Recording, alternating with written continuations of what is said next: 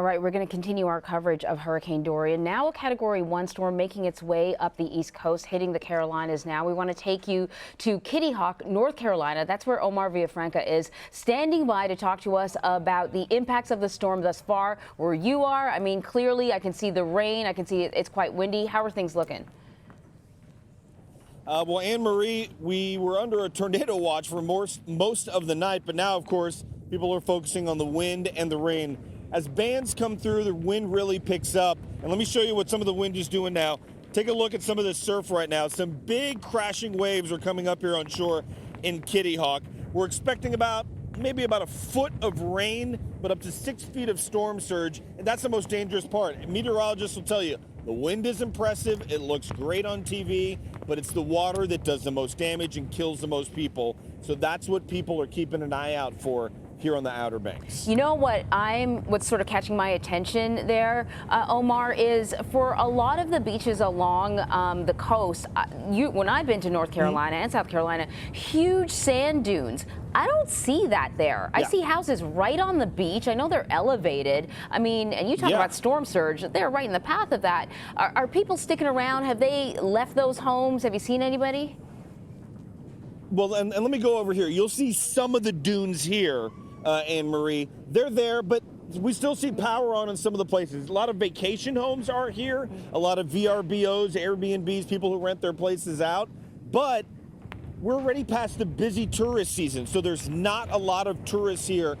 That's good news. That's actually some good luck. A lot of the businesses that would regularly be open, they've shut down for the season. All we have here is the locals. Here in Dare County, there was a mandatory evacuation, but they don't physically remove people. So there are people who are hunkering down and staying here. We talked to one man who told us no matter what the ocean does, he is staying. He's been through plenty of storms here. He's bought his supplies. He's got his generator and batteries. He's ready to ride this thing out. But officials say it's too late to leave. So if you're here, better hunker down. You're stuck. So, you know, parts of North Carolina are in pretty low-lying areas. Just how vulnerable are these areas to damage from this storm?